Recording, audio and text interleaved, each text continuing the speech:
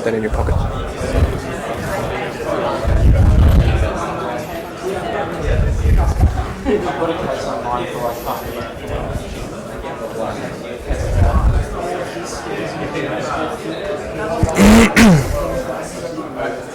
Ah, cool.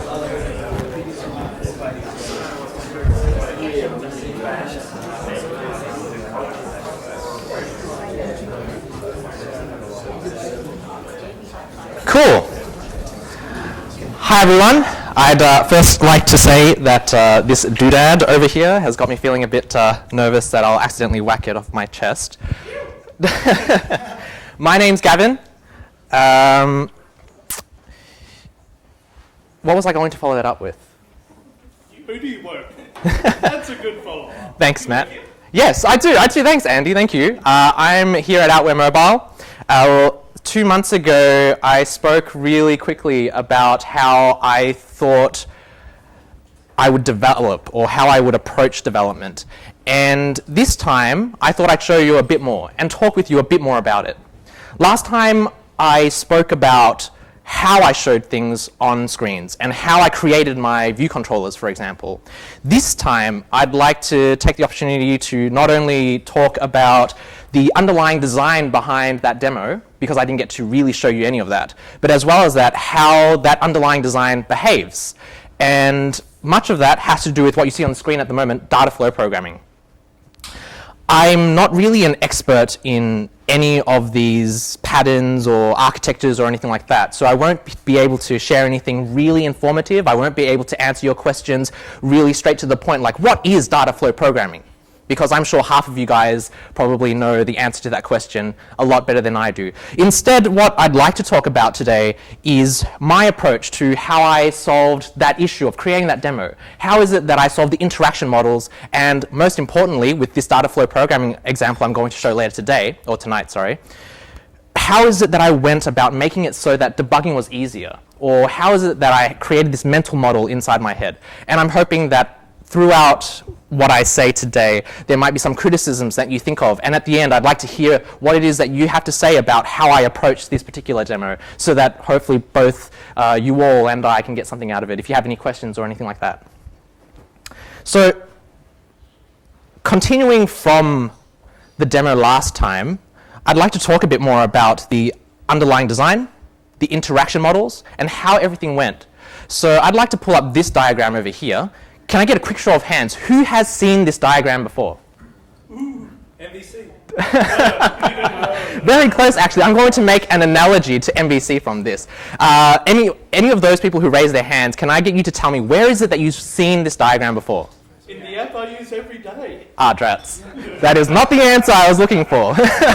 But yes, you were right before, Ben. It is from Facebook. Or rather, I've sourced this image from Facebook. This is the image that they use to describe an architecture that they've called Flux. It basically describes bits and pieces inside your app that take on roles rather than, say, objects or types. And here I have 4 different things. I'm not too sure if you can see them very clearly, but here I have an action on the far left, then a dispatcher, a store, and a view on the from left to right. I'm going to quickly draw an analogy to MVC. In MVC, you have your models, you have your views, you have controllers, and again, I'm not going to say I know very much about any of that, so I'll leave you to remember what it is that each of those M, V, and C do. And here, this tells you a bit about how data should flow inside your app, or how data flows inside the demo that I built. From the left-hand side, I have my actions that dictated, okay, this is what should happen. They were, in my case, an enum value that said, okay, when I tap this button, this thing should happen. My dispatcher was the thing that said, okay, well, I'm going to time, how this is going to happen. I'm going to time it so that this action happens first and this action happens next, which causes an update inside my store, which is my model, which causes an update inside my view, which is the view from MVC. Essentially, what I'm trying to get at here is that In more traditional programming paradigms, or in previous ways that I used to think of programming, I'd always have these interweaving spaghetti-like code bits and pieces that had your model speaking with one thing or another, your controller speaking with one thing or another, and your views sort of just trying to see, oh, when does something update? Okay, I have to update now. Okay, I have to change what I see. And that might lead to things like race conditions or data that was asynchronously loaded, and for some reason or other, what you showed on the screen was actually old data, or in probably never any cases, data that you're not even sure yet that you have. And I'll give you a use case for when you have future data. For example, when you try to make an update to something, and you're going to assume ahead of time that A plus B is equal to C. I'm going to say I want to make this B update inside the backend, and I'm going to assume that it's going to work, so I'm going to show C on the screen. So I've assumed future information. That was a bad example. Let's go back to this data flow diagram.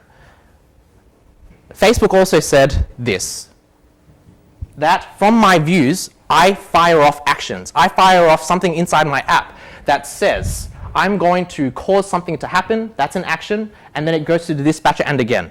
Now, what's more important is less these diagrams and more the fact that data flows in a single direction inside this diagram. You'll notice that in no case does the arrow flow back or forth. In no case does an arrow go back to where it has come from. You'll notice that an action always points to the dispatcher. A dispatcher always points to the store, and a store always points to a view. Idealistically, what this meant to me, and using this as my underlying design, meant that, okay, I know that everything inside my app flows in one direction. That is, if I'm at my view, so something's happening inside my view, if I tap on something on the screen, I interact with my view, it'll fire off an action. So it'll always go to the action part of things. And then from there, where do I go? What happens in my app next? I always go to a dispatcher next, which tells me a bit more about the time behind my actions. What order should things happen in so that my business logic is able to fire off correctly? And after that, what should happen after something happens inside the dispatcher? It always goes to a store. And then after something updates inside my store, where should it go next? It should go to my view again. So something should happen inside my model that will update my view. And to me, this meant one big thing. It meant predictability. It meant that if something went wrong, I'd be able to better reason where it is that something went wrong. If, for example, a request fired off at the wrong time, or something happened inside my model in an incorrect order, or something happened in a way that I didn't expect, that meant that I was probably having an issue, or there was a bug inside my dispatcher, because that meant that, or rather, the dispatcher is where all of those things happen. If the wrong action was being fired off, if there was some UI interaction that was happening incorrectly, that might mean that I set up something incorrectly inside my view. If the data that I was getting back inside my views was incorrect, that might mean that some sort of business logic was, sorry guys, that something was happening incorrectly inside my store. Some form of business logic was happening that updated my models incorrectly such that my views updated incorrectly. To me, that's what data flow programming added to my demo. It added this element of predictability. It added this element of being able to reason about how things happened, when things happened, and what happened. When things happened will appear in the dispatcher. What things happened will appear inside my actions. And the result of those things that would happen show up in my view. You can make a lot of analogies between this and, for example, reactive Cocoa. Because, can I get a picture of hands? Who's done a bit of reactive programming before? All right, great. In which case, I'm going to cut over to the reactive world for a second and quickly say that if you use a library like Rx, that means that, for example, your hot signals live inside your actions and dispatcher area. Your cold signals live inside your dispatcher. And in equivalent reactive Cocoa speak, that's saying, oh, my signals are inside my actions, and then my dispatcher, and then my signal producers are purely my dispatchers. So all of that logic, reasoning about when things should happen, and this is back from reactive land, the reasoning about when things should happen in my UI, the reasoning about when I should fire off a request, all of that sort of logic happens inside my dispatcher. You'll notice that it's very much the case, or very much that case, for each of these individual components. I'm not saying that each of these things need to be represented by one object. I didn't really think, oh, okay, these things model to one object or one type inside my architecture. So it's not like saying I have an MVC, which means I have a single model object, I have a single view, I have a single controller. To me, these things were a bit more like roles. It meant that I should have one module inside this entire flow that captures what should happen inside my actions. I should have one little module that dictates when these sort of things should happen, be my dispatcher, etc. So I thought, well, I'm going to, and sorry, this is going to jump into Swift land now. I thought, okay, I've thought about these things. I've thought about, okay, I'm going to sort of develop it so that I have these little roles here, I have my actions, my dispatches, etc. How can I draw that connection between them? And I was saying last time that I feel that Swift has enabled us better than ever before to write declaratively and to write very safely by stopping us at compile time if something that we've written doesn't make sense or if there is some sort of consideration that we have yet to make. And so I'll quickly show you now how it is that I've written this flux flow sort of thing inside Swift. And it's very heavily protocol based, because I thought that with protocols, I'd be able to best express how it is that my actions, my dispatches, my stores, and my views should interact with each other. I'm not going to talk too much more. I think that, or I hope that anyway, and you'll have to let me know, you'll have to confirm with me. I hope that what I've talked about very briefly will show through inside the demo, and then there will just be a bit of a summary after that. Here is how I declared my actions. Here is how I've declared my views. I've said that, okay, for each of my controller views or my views, they needed to have something that would create their actions for them so that they could fire off things when, for example, you fired off an IB action or something like that. They need to have a dispatcher, which looks, whoops, like this. And I have an example on the bottom here with a specific class. I am sorry, the guys up the back, and Yichi, sorry Yichi. For those who can't make out what you're seeing here, all I'm saying here is that this dispatcher tells you how you should fire off an action inside a certain flow. Each flux flow defines or declares its own actions and tells you every kind of UI interaction that can happen on that screen. And then this dispatcher is able to tell you how it is that it fires off each of those actions. Here I've written a very generic dispatcher, and all it really does inside the dispatch function that you see over here is go through each of those actions that it's provided and then runs through them. But by no means is it restricted to this. You're able to include your own logic inside here to do things like make sure that I call the API to get some data before I update my models, for example. Or if somebody taps this combined function, I am going to run function 2 before I run function 5. All of that logic about timing, that logic about when things should happen, live inside the dispatcher. And I think that that's one thing that this clear separation of not only responsibilities and not only logic, but as well as that the idea of time is really important to making sure that things are very predictable inside your app. And so, of course, I have, again, a very basic implementation of dispatcher here, but you'd be able to implement it as easily for your own custom flows, for example, by introducing a mutex if you absolutely wanted to, or by using completion callbacks to make sure things happen in a certain order. And that's the example, and that's the point that I wanted to get through here, that by no means does a dispatcher always look like this. This is what my store looks like. This is what the things that capture my model looks like. And it's very important to go back to the point I was saying before. These things don't really, or the way I thought about this was not really, they are a direct analogy to MVC. In this protocol, it is more that my store was kind of the thing that captured my models. It was the thing that dealt with my models. It was the little module that deals with my models, rather than saying that they themselves were my models. And on the bottom, you'll see a very quick and dirty, excuse me, a very quick and dirty implementation of register. All right. That was all I really had to say. I'll show you a very quick example before I summarize all of that. Let me just make sure I am on the right branch. Okay, cool. So let's continue from where I left off in August. It's the same project, CocoaHeads, August 2016. Could you change the presentation mode? Yeah, Just so it makes it Oh, a bit right, okay. Let's see. How do you read that, Matt? You're right up the front. I know. I'm thinking of you people down the back. Thanks, Matt. Thank you. Having said that, I'd also like to point out, again, it's less Just use Oh. first presentation. dusk presentation. Boom. You get rid of that That's what I call a font. Sorry? Oh, yes. I hope this is, is this any more readable? Hit Command 0. Command 0. Yeah. Thank you. I will remember that from now on. Thank you, Joe. I've gotten something out of this already. Cool.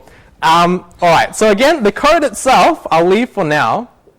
This is what I left off at last time. You'll notice that on the left-hand side, just like last time, I generalized the way I created my views so that I declared I need something on the screen that represented more info, field toggle, pin entry, password entry, and text entry. And you see them on the screen over here. Maybe I'll try and zoom in on that as well, just in case. Actually, that might not be a good idea after all. Okay. And so far, you'll notice that these things behave as you'd expect. If I turn on the toggle, it turns on. If I type something into my pin field that's not dodgy at all, it'll just hide itself. And very basic things like that. They just show up as you'd expect. So let's change this up a little bit. I'll go back to terminal. Git. I'm just going to change the commit that I've checked out. Full demo P2. Okay. And I'm going to build again. This time, you'll notice that the difference is that I've chucked in a whole lot more of things that I want to show on my screen. Not only now do I want a more info, text entry, field toggle, pin, and password entry, I'm going to chuck in a whole lot more stuff. I'm going to make it so that as well as that, I have more field toggles, I have more password entries, etc. on my screen. And that shows up like this. From last time, the more of these things I want on the screen, the more things will show up. So now I have multiple toggles that have the same model. I have multiple names that have the same model. And because of the underlying design that was based on this single directional data flow, if I update any of these, so I'm going to write a name, you'll notice that all of the models, because they are based on the single model, expect just like you would imagine that they should semantically, they all update at the same time. And that is the same too for all of these toggles and for any field that you see more than once on this screen. And just to make sure that I cover all of the UI edge cases, I'll show you again, this time with a separate section with even more models on the screen and more UI elements. And then there is something that I'd like to extrapolate from this a little bit. All right, so now I have even more UI elements, and again, they all update, as you would expect if you were to use an app that for some reason had the same toggle on 5 places on the same screen, and asked for your password more than once on the same screen. They all update together. So for example, again, if I type my password, the only thing that doesn't show over is the masking that doesn't happen on the first character. Let's see. All right. Be handy for a password and confirm password. It would be. Hint, hint. Yes, big hint to our UX designers everywhere out there. We need to have the password fields and confirm password fields to have the same model. But yes, no, so the only thing I really wanted to show with this example from the previous example was that even behind UIKit updates, and in this case in particular, it was the dequeuing of the table cells, because the model stays the same, because we're inside that single module, all of the models are exactly the same, they update exactly the same way, and because of this because of this unidirectional data flow, if at any one point in time during development I found that there was a bug, I would be able to better reason where it is that that bug happened. And for example, if a new requirement showed up, for example, if there was something that meant that I needed to fire off this action before that, or I needed to change the way I was doing things, I'd know immediately, because of this declarative way of programming, that perhaps that meant that I needed to introduce a new set of reactions to this set of actions. I needed to introduce a new callback, or I needed to change the way I was changing this model, or change the way that I was mutating that store, or something like that. And I think that this is the power that Swift has really given us, or at least one of. I can't say that it is the only power that Swift has given us. I think that it makes our lives easier as long as we make the compiler's life easier. What I'd like to abstract from this, though, or extrapolate from this, is not so much just that, oh, I'm going to put some toggles on the screen, they need to update at the same time, because we could do that beforehand. We could update text fields all at the same time beforehand if we wanted to. But rather, the idea of data flow. The idea that what's happening here is that data is flowing from one place in your app all the way around until it reaches one place, my store, that updates the view. Taking the idea of data flow and abstracting that away to the entire app. I thought that once I've done this, by induction, I could think that maybe my view controllers are just a data flow, that my entire app is just a data flow. So that, for example, if I have a property, and I'm just going to write something in here that won't compile, you'll have to bear with me. But let's just say I have a var view controller that I have to show on the screen, or presented view controller. And then I have this here, oops, sorry, equals nil. And then inside here I have a did set, so that I could react to any changes in it, that if there was some view controller that newly appeared inside this property, that, for example, I'd be able to present it. With all these new features, I felt that maybe I could abstract even the way I was thinking of interaction flows and things like that, so that my entire app is just a flow of view controllers. If one of my Flux flows, for example, needed to present a new view controller, I set it on the UI navigation controller. Is that the class? Yeah. Thank you. Yes, I set it on that thing, and then in response, it fires it off. In my head, it meant that I no longer had to think of my app as a lot of steps that I'm declaring. From that, I took away, okay, well, instead of writing it so that I have to say, oh, I want you to do A, then B, then C, I can declare at compile time that I want you to do these particular sets of things. I thought that I could abstract away from that even more and think, oh, okay, well, everything's just a flow of data then. My app is just a flow of data. And then taking a step back and saying that the fact that the user has launched my app is just another bit of data that's flowing through their phone. That as soon as they tap that, my app shows up on the screen. And then what happens next? I get a flow of UI view controllers, or rather a flow of things that I need to show on the screen that also declare how it is that the interaction happens. And then that way, everything sort of becomes the same problem. Everything sort of becomes this reduction problem. I have nothing else to say after that, actually, except that I thought that when I thought of maybe doing it like that, it felt really freeing. It felt very much like I could try and reason about the way I should build my apps in a different way. And yeah, I don't really know what to say after that, actually. I'd like to hear what you'd have to say about that. So thank you very much. Let's see. I think I had another slide after that, but it was just discussion. Sorry. No, after that, it was just that I'm on CocoaHeads under this name.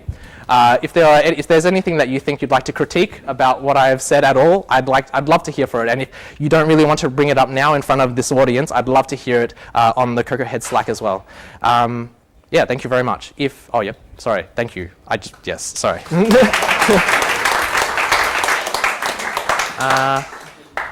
Yes. So is this on the GitHubs? Not at the moment. I know somebody else asked that in August as well, and I wanted to hold off until I showed this as well. I'm intending to have it on GitHub eventually. I just don't know if it would really be worth after seeing that Facebook had also put something up about Flux as well. Just put totally that. Just put that. put it up. Yeah. Cool. Yeah, definitely. Cool. Yes, Matt. So why did you decide to invent your own implementation instead of going for something like Read Swift, which implements a Redux pattern? That's a bit tough. I suppose it was that I thought, in my case, the solution could be much simpler, and that instead of importing a library, if it wasn't a lot more effort, that I could write something that only my app needed. And in the case of Redux, I actually don't know if it is the case in ReSwift, so you have to let me know, Matt.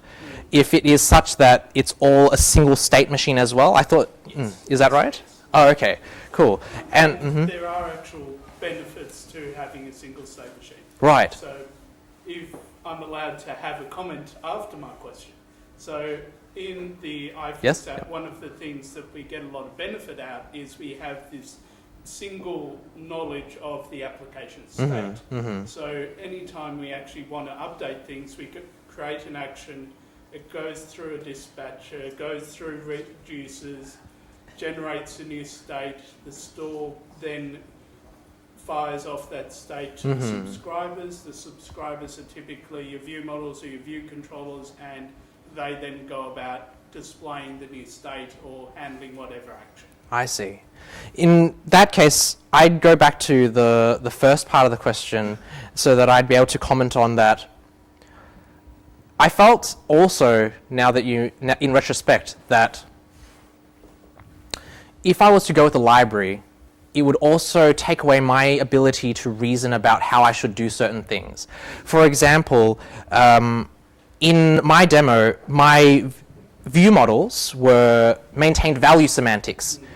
And so I figured that if I was to use a library, I'd have to make sure I model my objects following the semantics that the library expects. And that might mean that my view models can no longer maintain value semantics. It might be that they mutate my classes, for example. Like, yes and no. You can still maintain the same flux or redux pattern and have your sort of generic view controls. Right. It's just a matter of, well, how do you end up with this new view state and go about rendering it? Right. I need to take a train, but I would like to say that That's out of order, Joe. You can't. reinventing the wheel is a great way to understand how the wheel speaks. Yes. So like, I like that analogy.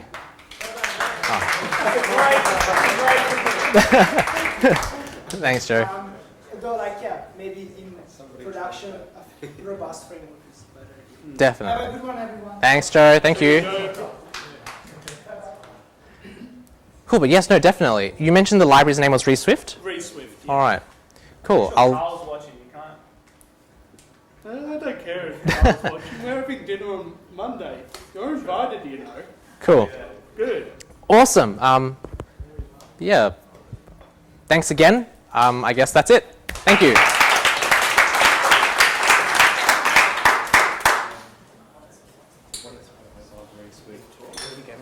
Not at all, thank you. Right, before you go, I've just got one more slide which basically tells you when we're back next time. Hold on, 1 second. Does it also say the pub we're going to? It does say that.